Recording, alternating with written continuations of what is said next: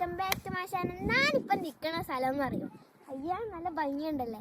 West ബേറി white ഹൗസിൻ്റെ അടുത്താണ് ഞാൻ നിൽക്കുന്നത്. അപ്പോൾ ഇവിടെ പാരഷൂട്ടൊക്കെ പൊന്തിക്കാൻ നിൽക്കുന്നുണ്ട്. അപ്പോൾ ഞാൻ നിങ്ങൾക്ക് കാണിച്ചു തരാം കേട്ടോ.